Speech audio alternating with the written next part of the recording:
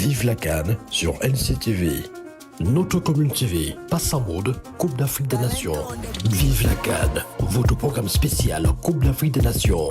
L'affiche du jour, l'analyse d'avant-match, l'historique des confrontations, le 11 entrant, les pronostics. Vive la CAN. Vive la CAN, c'est également le débrief des rencontres de la veille. Vive la CAN, votre programme spécial Coupe d'Afrique des Nations Maroc 2025 à retrouver sur les plateformes YouTube et Facebook de NCTV. Vive la CAN, en compagnie de nos experts, on analyse et décrypte des matchs de la CAN 2025 pour vous.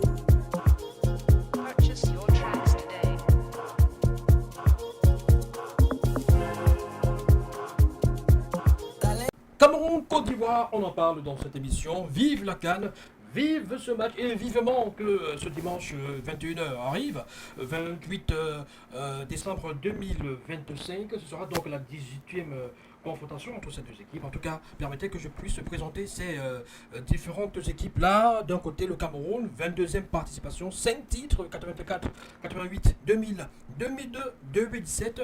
7 finales, dont 2 perdues en 86 et 2008. Pas qualifié pour le mondial, malheureusement éliminé dans les barrages par la RDC. 6e participation d'affilée dans une Coupe d'Afrique des Nations. Et puis la Côte d'Ivoire, 26e participation quand même. 3 titres, 92, 2015, 2024, qualifié pour le mondial, bravo. Championne en titre, car ayant abrité la Coupe d'Afrique des Nations en 2024, qu'elle a remporté, voilà. Elle a quand même terminé derrière la Zambie lors des qualifs pour la CAN. Voilà, c'est une attaque de feu avec 12 buts marqués, 3 buts encaissés seulement lors des qualifs pour la CAN.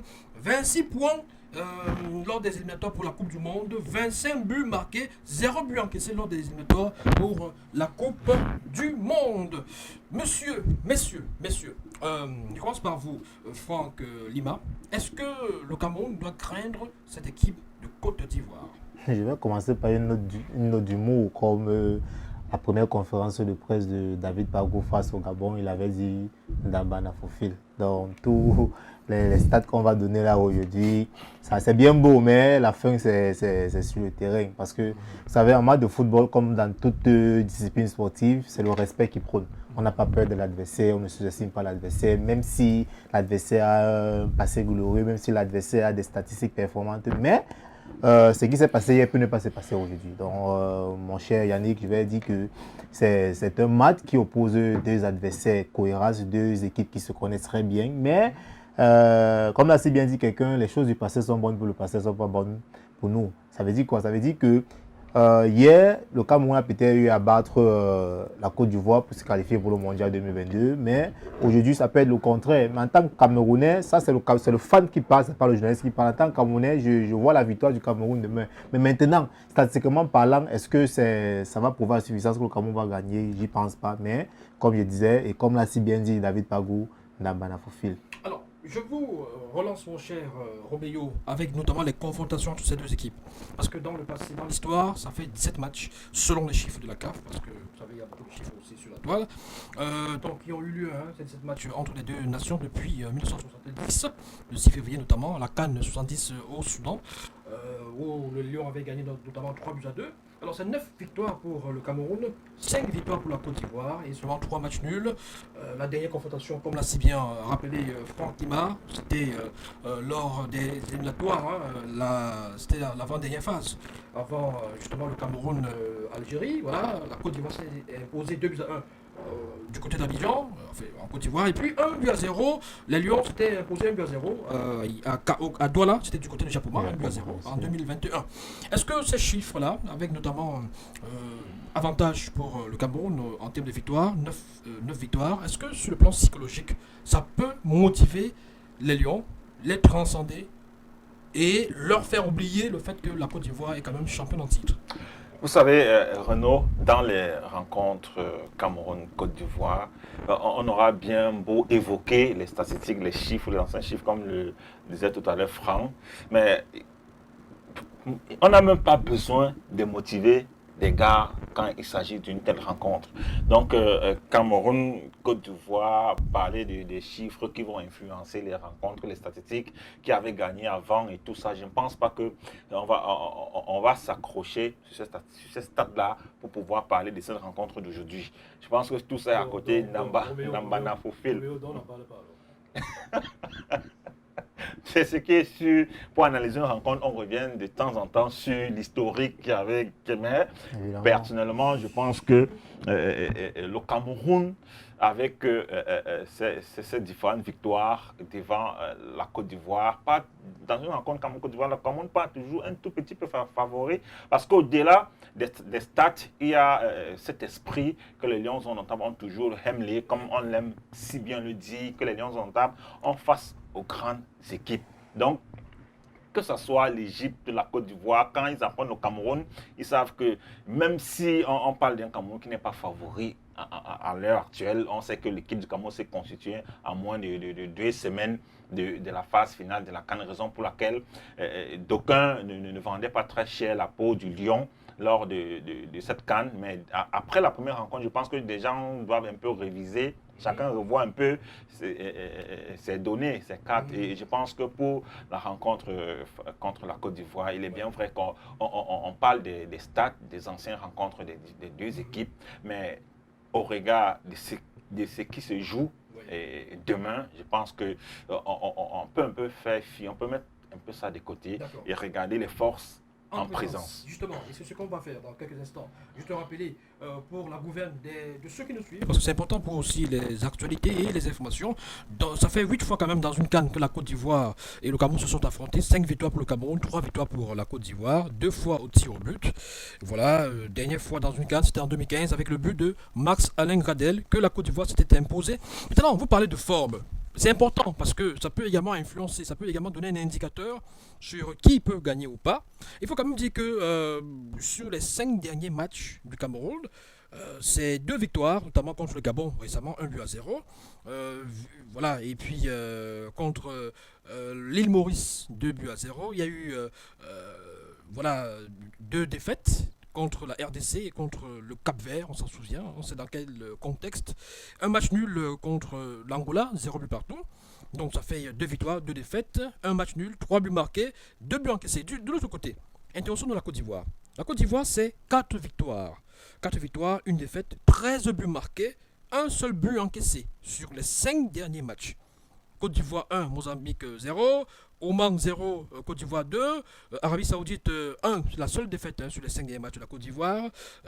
La Côte d'Ivoire a battu le Kenya 3-0, a battu les Seychelles 7-0. Une attaque de feu, comme tantôt je le disais. Est-ce que la clé va se jouer sur le plan défensif? Est-ce qu'il va falloir trouver une stratégie pour contrer les attaquants ivoiriens? C'est sur ça que David Pagou doit miser? Non, moi je crois qu'on va parler là-bas pour défendre. Il va falloir également aller récupérer 3 points. Pour récupérer 3 points, on ne va pas dans une rencontre comme celle-là pour défendre. Parce que rappelons-nous que nous avons joué la première journée face au Gabon avec un système totalement défensif. Et je crois que, comme excusez-moi le jargon, ça c'est le quartier. Hein. On a gagné le Gabon parce qu'on était en train de jouer comme Kenge contre Boutoukou et le Kenge a eu à gagner. Mais si on va dans le même système là, face à la Côte d'Ivoire, je crois que ça serait très dangereux pour nous de commencer cette rencontre avec ce genre de système. Pourquoi je le dis? Je le dis parce que on ne peut pas aller dans une compétition comme la Coupe d'Afrique des Nations avec le nom Cameroun pour aller défendre. Non. L'histoire du Cameroun nous amène dans la Coupe d'Afrique des Nations pour aller défendre quoi? Défendre les 3 points. C'est pas pour aller défendre un match nul ou bien ne pas encaisser. Mais il va falloir qu'on aille pour marquer. Parce que aller jouer contre la Côte d'Ivoire avec un système défensif, je crois que c'est peine perdue pour nous. On ne peut pas aller défendre contre la Côte d'Ivoire quand on a un Brahim Bemo qui est parmi les meilleurs attaquants de la première ligue. Quand on a comment il s'appelle, le jeune de Etaillon, qui est un fervent buteur. On a les Kofané, tout ça. On ne peut pas aller défendre quand on a ce genre de joueurs. On peut aussi aller montrer de quoi nous sommes capables en marquant autant de buts dans cette compétition. Je crois qu'aller sur le plan défensif, c'est vraiment peine perdue pour l'équipe qu'on appelle le Cameroun dans une Coupe d'Afrique des Nations. 5 fois champion. La Côte d'Ivoire a traversé les qualifs pour la Coupe du Monde sans encaisser le moindre but.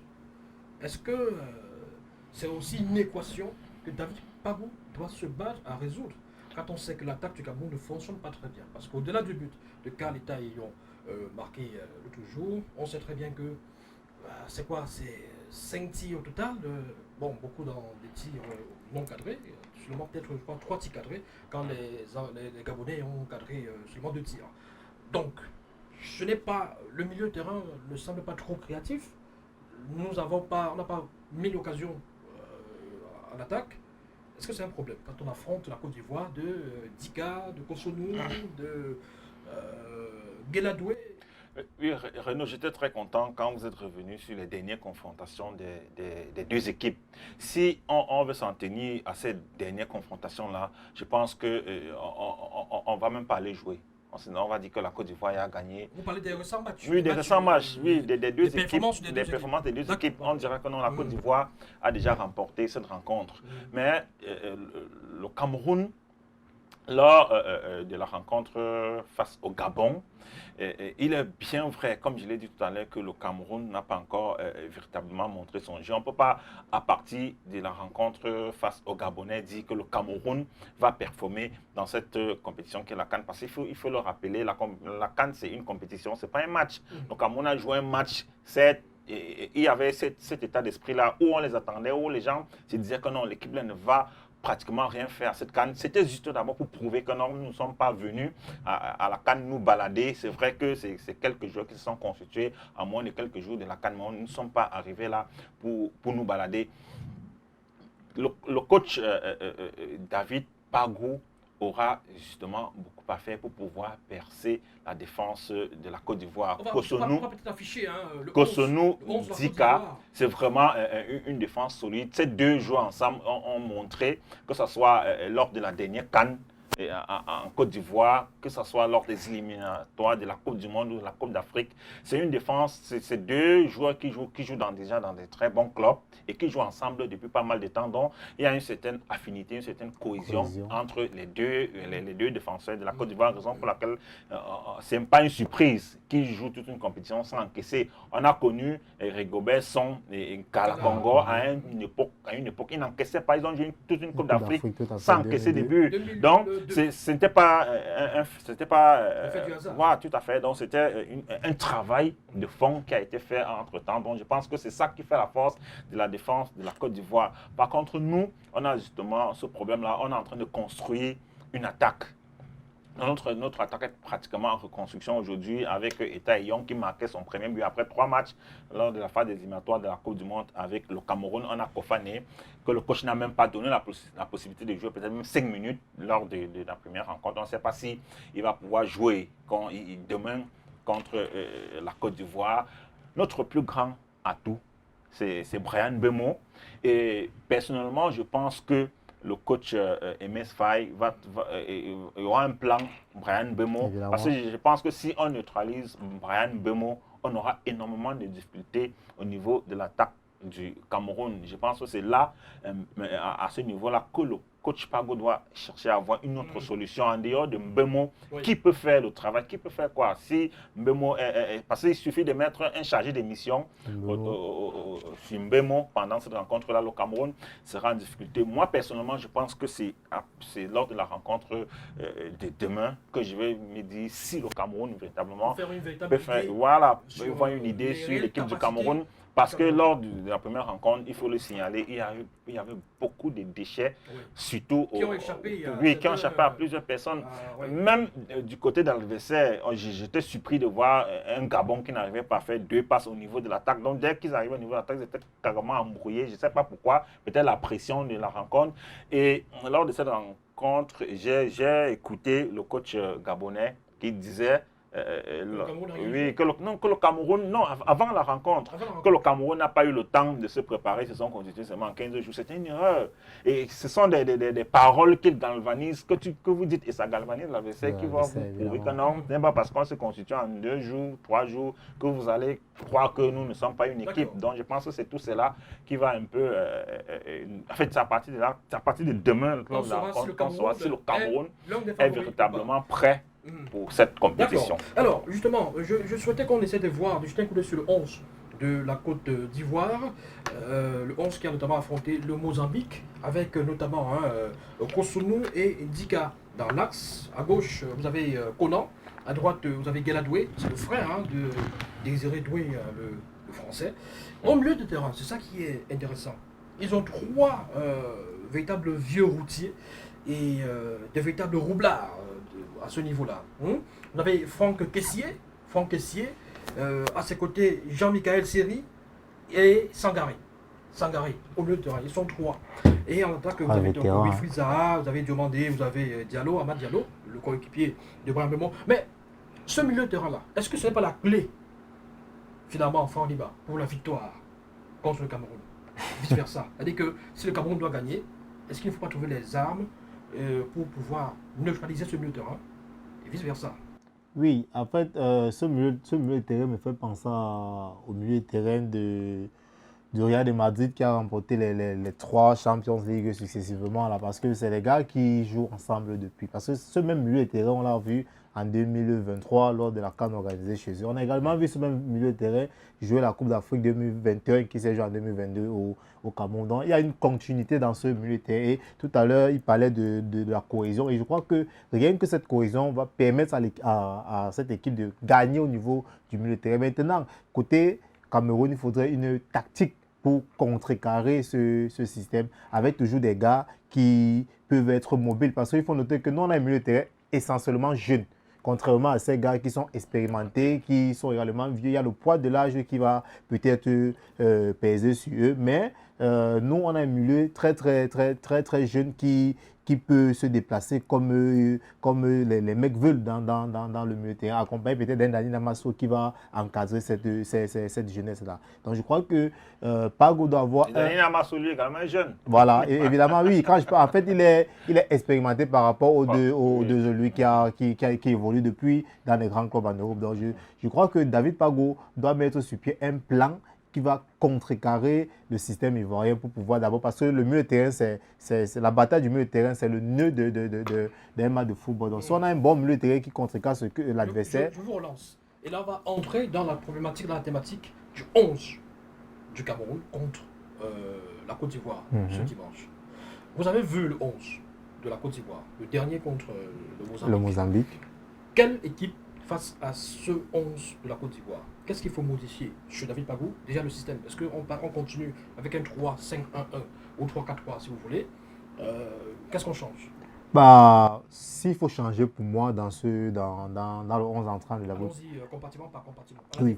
S'il faut changer pour moi, c'est d'abord la charnière centrale. Parce que c'est une charnière centrale qui était constituée des joueurs inexpérimentés pour la compétition d'abord. Parce que si on enlève Notolo, on va rester avec Samuel Koto et Shea Malone qui ont connu cette Coupe d'Afrique ce jour. Donc je crois que la charnière centrale doit être modifiée. Parce que lors de la rencontre face au Gabon, on a une charnière centrale qui manquait de tactique. On a une chaise qui manquait de relance, on a une chaise qui manquait de couverture même.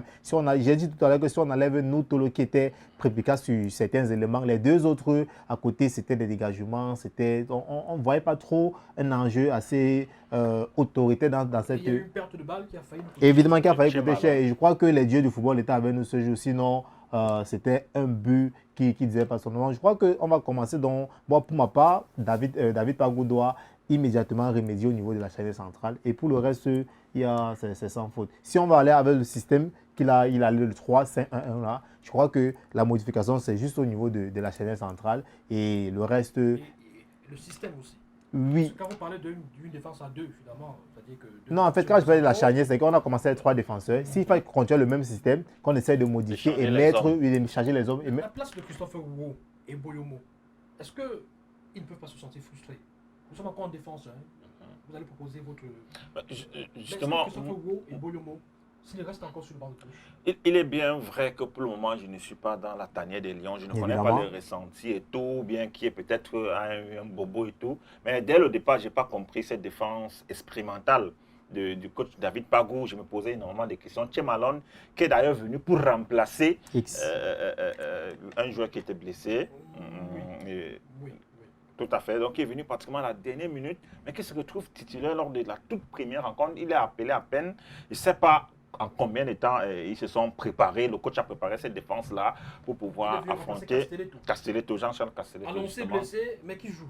On ne va pas entrer dans cette polémique-là. Mais oui, je n'ai pas compris. Moi, je m'attendais à une défense avec Christopher Wu, parce qu'au moins, il a déjà cette petite expérience. Il est bien vrai que le dernier souvenir qu'on a avec Christophe Wu, c'est ce but face au Cap-Vert lors des éliminatoires de la Coupe du Monde où on s'attendait à ce que peut-être il joue avec un peu plus d'expérience. Mais tu veux-il qu'avec l'équipe nationale du Cameroun, il est là depuis la Coupe du Monde. Il a joué la Coupe du Monde, il a joué la Coupe d'Afrique aussi. Donc, c'est déjà quand même un palmarès assez conséquent pour Christopher Wu, contrairement à Thiem Alon ou à Kotor qui sont arrivés et subitement ils se retrouvent titulaires lors de cette rencontre. Je ne sais pas, David Pagou avait pris beaucoup de risques.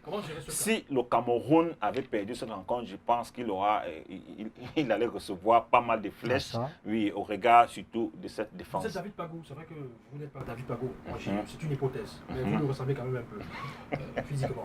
Bon, si vous êtes David Pagou, vous continuez avec la même charnière, la même équipe, la même défense, ou qu'est-ce que vous changez? Non, j'ai déjà, je vais mettre une défense avec un peu plus d'expérience. Là, ce n'est plus le Gabon. Là, on affronte la Côte d'Ivoire.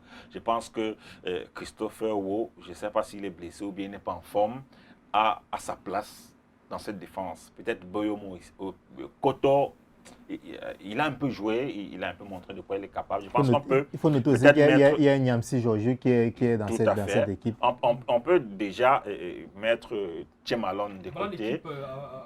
Aligné contre. Oui, je pense qu'on peut mettre Thiem Alon de côté. On met Christopher Wu pour renforcer cette défense. Et là, on peut encore faire avec David Koto en attendant.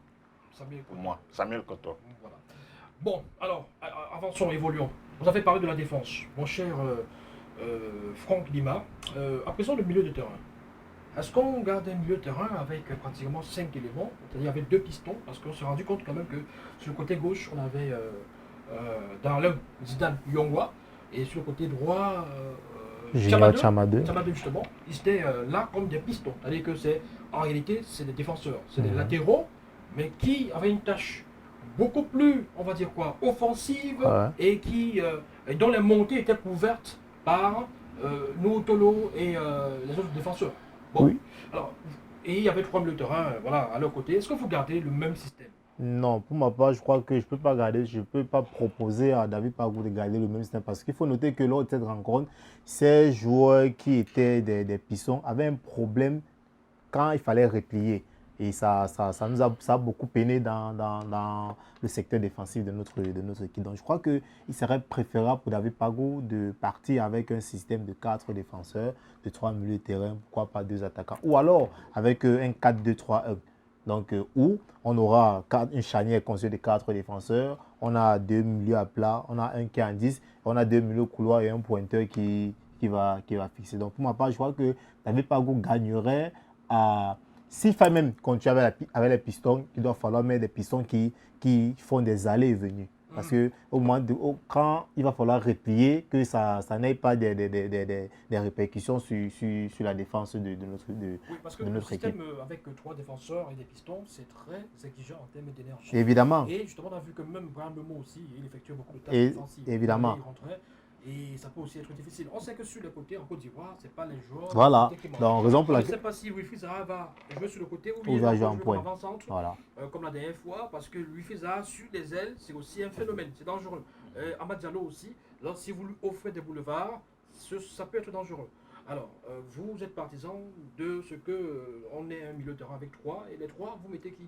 Les 3, moi, je vais mettre Avom, Baleba en arrière et devant eux un Dani Namasso comme la première journée.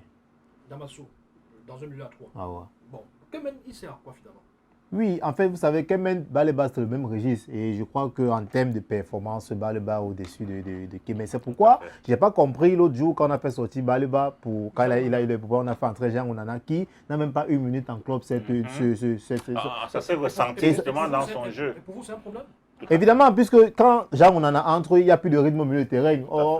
Vous voyez les Namasso qui peinent encore Et il joue en arrière. Voilà, en arrière. Il ne faisait que jouer en arrière. Ça veut dire que ça s'est ressenti. Il y a d'abord le surpoids.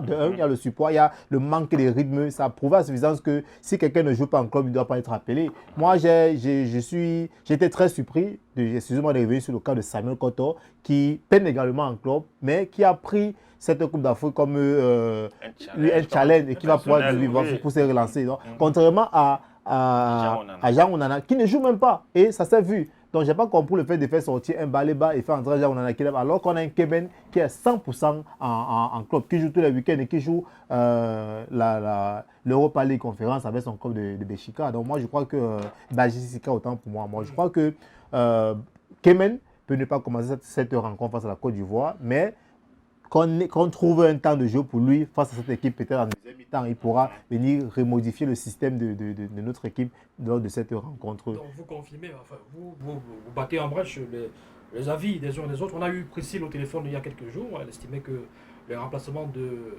David Pagou sont des remplacements dignes d'un connaisseur.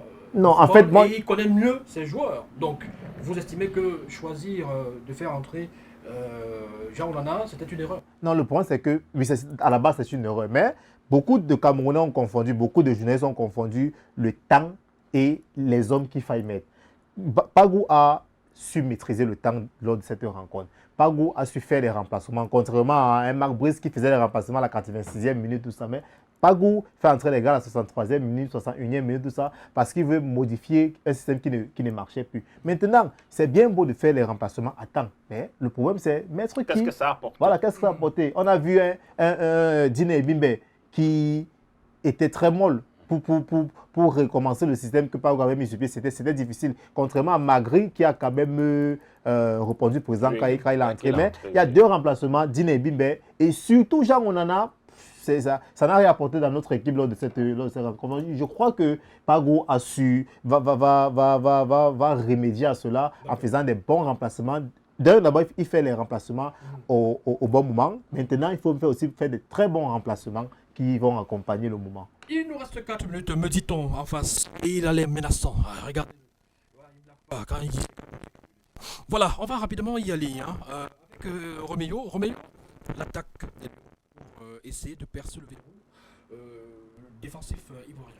Qu'est-ce que vous proposez? Non, pour le moment. Etaillon en pointe, Momo qui joue en électron libre. Puis pour le moment, non, l'attaque, moi, je n'ai aucun problème.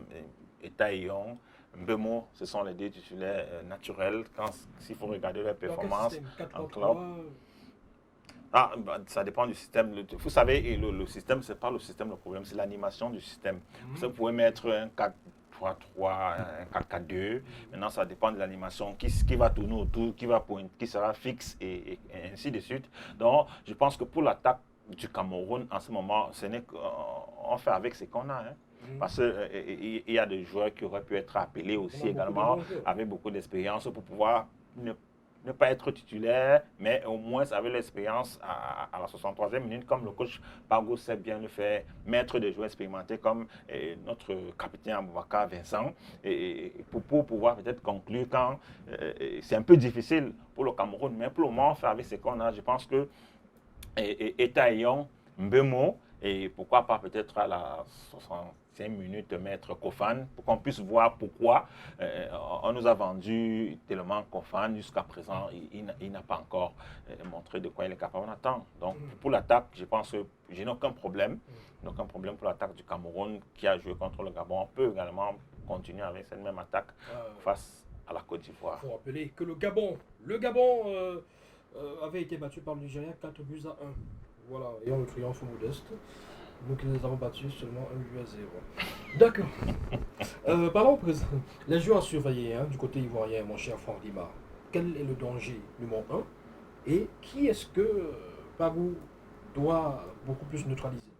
Moi, je parle d'abord d'Amad Diallo, qui est un élément très, très indispensable de cette équipe. C'est un jeune qui a du talent, qui sait se placer au stade, qui sait aussi, qui a des appels de balles et qui sait dribbler. Donc, je crois que si on a un Notolo qui bat ce mec, si peut-être on utilise une défense à 4, que Notolo est titulaire au niveau de latéral gauche, je crois que Amad Diallo doit aller se renseigner auprès des joueurs comme les Mahrez, comme plusieurs autres joueurs qui sont allés face à Notolo. Comme les Mohamed Salah, ils vont dire à ce dernier que le ballon peut passer Notolo, mais le joueur ne passe jamais. Ballon ne passe. Voilà. Ouais. Comme tout à l'heure, lors de la conférence de presse d'avant-match, le coach David Pagou a fait comprendre que c'est la Côte d'Ivoire qui part favori pour cette rencontre, mais il a demandé à ses joueurs de ne pas respecter la Côte d'Ivoire. Donc voilà un peu ce qui va faire, si je le dirais, la différence. Mais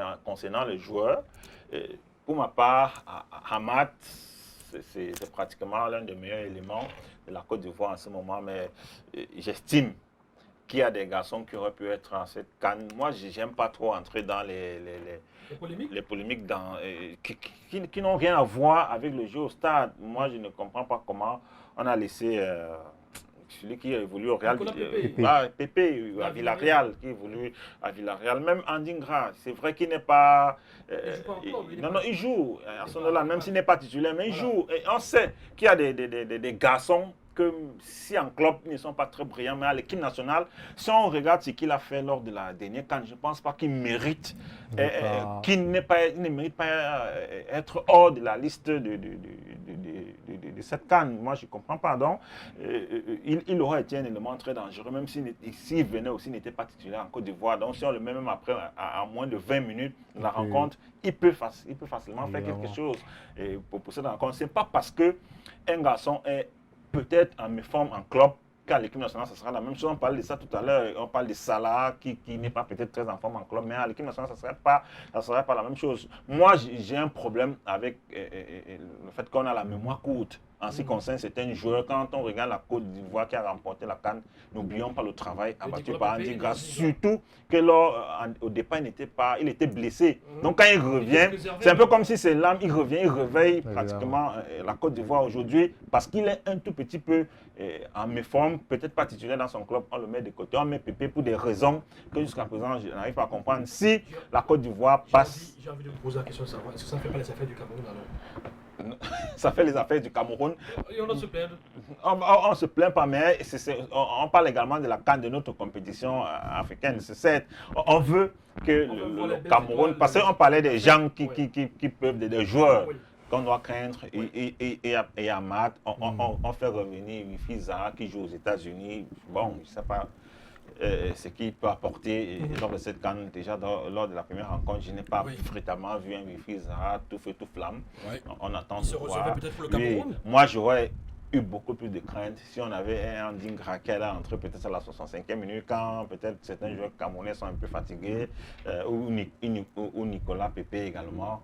Donc, je pense qu'au regard de cela, le Cameroun a quand même ses chances. Parce qu'après le premier tour, la Côte d'Ivoire risque également d'avoir des problèmes contre des grandes nations. À ce moment-là, MS Faye aura des comptes à rendre pour ces joueurs-là qui n'ont pas sélectionné. Moi, je vois la Côte d'Ivoire n'est pas allée loin après la phase des poules. Waouh!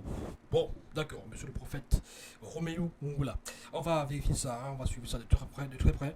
Maintenant, on va sortir avec des pronostics dans quelques instants. Mais il y a une nouvelle assez tonitruante qui enfle sur la toile. Francis Ngannou qui mise sur le Cameroun comme vainqueur de la CAN 2025. Il a misé, laissez-moi regarder les chiffres, c'est énorme, 320 000 euros. Alors, si on convertit en francs CFA, c'est beaucoup de millions de francs CFA. Est-ce que c'est un pari fou? Moi, je pense que c'est le patriotisme. Tout. C'est juste le patriotisme. Miser sur le Cameroun, moi, je ne mise pas.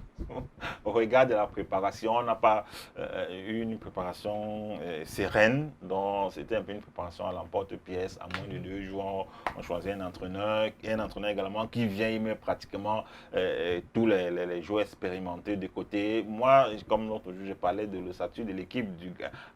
Au goal, on a arrivé entre Onana, la défense, Ngande, au milieu de terrain, on n'a pas Ronla, on n'a pas Zamboanguissa. Au niveau de l'attaque, on n'a pas les joueurs expérimentés comme le capitaine Boubacar Vincent, on n'a pas Choupo-Moting. Donc, c'est ces joueurs-là qui pourraient apporter un peu d'expérience à cette équipe. Moi, je me dis, peut-être le Cameroun a remporté la première bataille, mais la guerre ne fait que commencer. D'accord. Alors, est-ce que c'est pas le genre de nouvelles qui peuvent, comment dire ça, booster davantage les Lions indomptables du Cameroun et leur offrir, pourquoi pas, beaucoup plus de MLA, beaucoup plus de motivation pour pouvoir justement remporter et être à la hauteur ou alors répondre aux attentes de Francis Ngannou. Non, bah, en Un fait, soutien comme celui-là.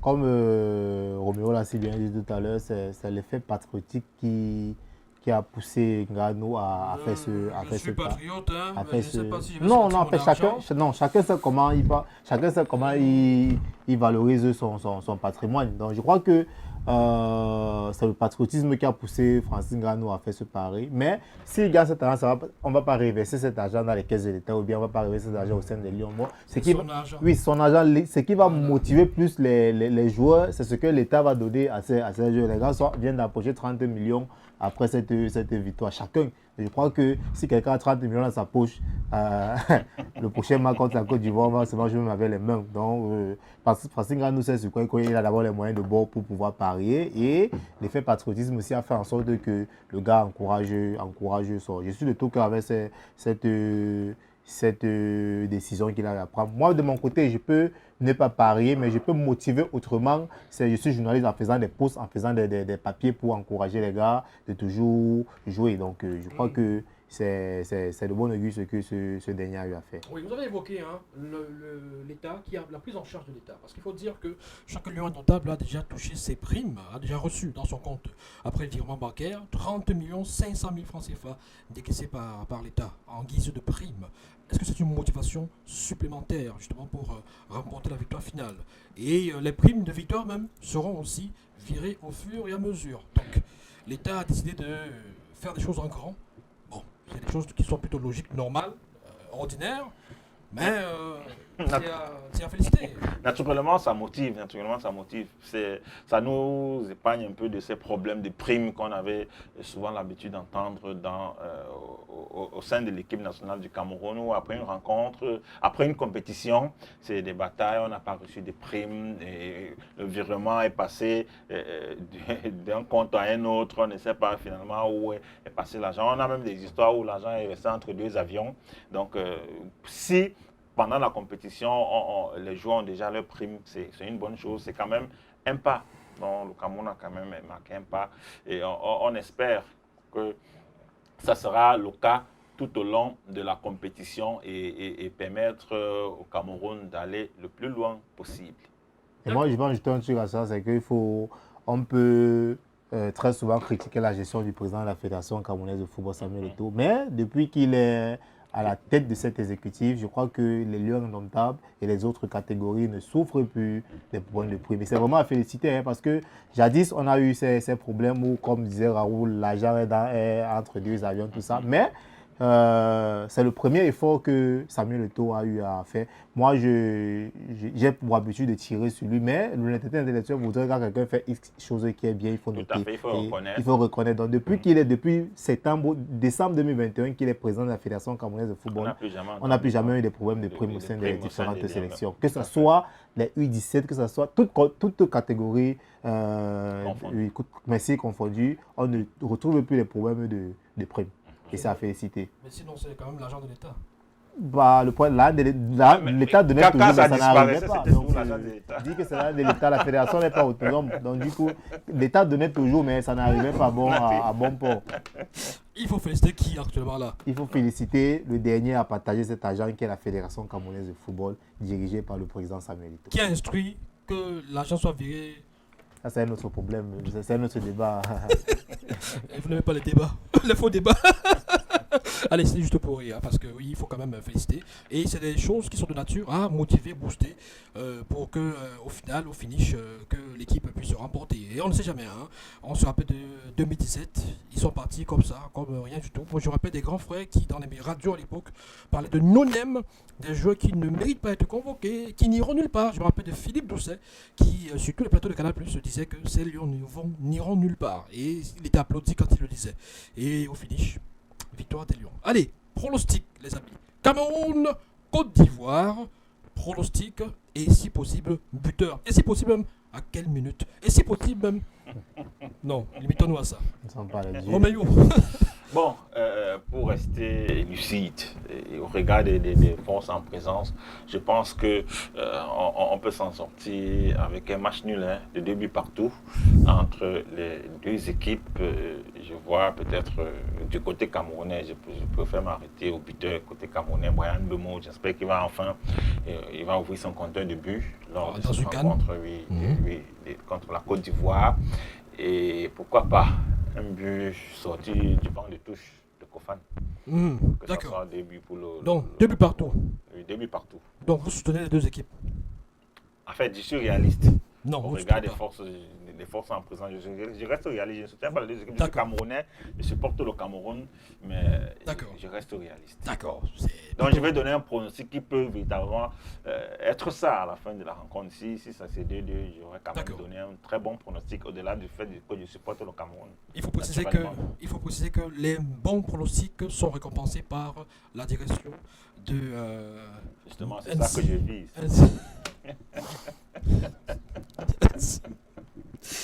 Voilà. Allez, et c'est à hauteur de casier. Voilà, pas de casier judiciaire. Franck Lima, votre pronostic, s'il vous plaît. Je vois une rencontre très très difficile demain face à la Côte d'Ivoire, mais je vois une rencontre, comme je disais, très difficile, mais un but qui sortira du banc de touche pour venir crucifier. Je vois un Christian Kofan qui viendra mettre un but salvateur et le Cameroun gagnera demain par un score de 1 but à 0. 1 but à 0. D'accord. Et vous, à la maison, quel est votre score pour ce match? Vous avez la possibilité de nous envoyer vos réactions, vos analyses et surtout vos pronostics en commentaire. N'hésitez surtout pas. Partagez. Faites comme ça là. Partagez. Laissez vos commentaires. On attend ça. Que pensez-vous de ce que ce monsieur a dit? Que pensez-vous de ce que ce monsieur a dit? Et vos pronostics aussi. On attend, bien sûr, en commentaire. Allez, merci à tous. Merci à toutes. Et on se retrouve très bientôt, très prochainement pour débriefer le match. Peut-être la victoire des Lions indomptables du Cameroun. On se retrouve donc dans quelques jours, pour ne pas dire quelques heures. Portez-vous bien. Ciao. Bye bye. Vive la CAN sur NCTV, notre commune TV, pour vous.